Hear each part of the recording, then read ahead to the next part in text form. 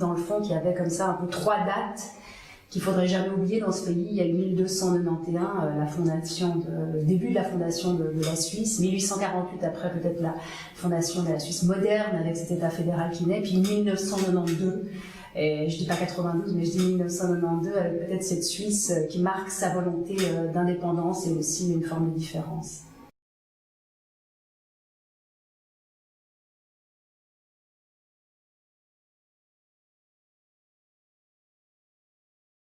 C'est des images d'abord qui me restent, si vous voulez, et puis c'est le discours de la Murat, la journée noire, un dimanche noir, plus précisément. Donc voilà, à nouveau c'est un événement, si vous voulez, maintenant qui est constitutif de notre identité, j'ai envie de dire, de l'histoire de notre pays. Bon, très honnêtement, je ne me souviens pas que les Verts étaient opposés à l'espace économique européen. Moi, je me souviens surtout évidemment de l'UDC, je me souviens aussi surtout de Christophe Lorer de cette époque. C'est vraiment l'UDC qui a mené la campagne. Alors les Verts, effectivement, ont traditionnellement aussi un rôle conservateur. Christophe Lorer, c'est vrai que moi j'avais étudié les sciences politiques, donc c'est vrai que c'est un personnage que je suivais, c'est un personnage aussi que j'ai interviewé. C'est pour ça que j'ai pris ce livre qu'on avait réalisé à l'époque avec des collègues du Journal de Genève, où j'avais commencé à travailler en 1995, et donc quelques années juste après la votation, on a fait différentes interviews de personnages importants de cette époque. Il y avait 2 figures de cette époque. Il y avait Jean-Pascal de la Murat, qui était évidemment le moteur de cette volonté de se rapprocher de l'Europe, et puis il y avait Christophe Lorer.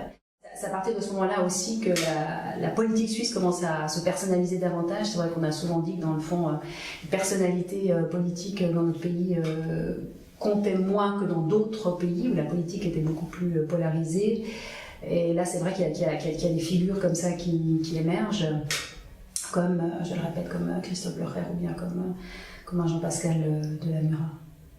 C'est vrai que ce Rösti-Graben, il s'ancre vraiment dans cette votation. Avant 1992, on en parle peu. Je crois qu'on commence à évoquer ce terme de Rösti-Graben à la fin des années 70.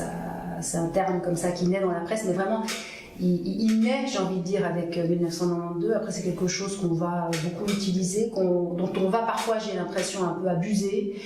Là, effectivement, je veux dire, il y avait une différence totale entre les romans et les alémaniques par rapport à cette votation. Pour moi, si vous voulez, c'est quelque chose effectivement qui a marqué ce moment-là, mais je trouve que, si vous voulez, ce Rösti-Graben aujourd'hui s'atténue. Pour moi, c'est moins, en tout cas, un terme qui nous permet de lire, si vous voulez, les votations. Je pense qu'il y a des enjeux autres aujourd'hui, comme les différences entre la ville et la campagne notamment. Pour certains politiciens, si vous voulez, je pense que c'est un moment qui n'est pas évident à gérer, parce qu'aujourd'hui ils se rendent compte qu'ils n'avaient pas forcément raison à l'époque, notamment économiquement. Nous avons prévu un cataclysme qui ne s'est pas produit, même si effectivement pendant quelques années il y a une période de stagnation. Et puis politiquement, on a fait preuve, si vous voulez, d'une forme d'ingéniosité ou de créativité, en tout cas, pour trouver une autre façon de communiquer avec nos partenaires européens.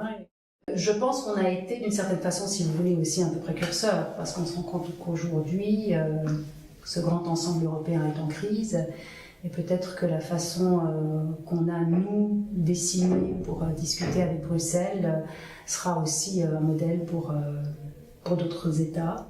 Le bilan de tout ça, paradoxalement, c'est plutôt un bilan positif, moi, que je fais de cette votation de 1992.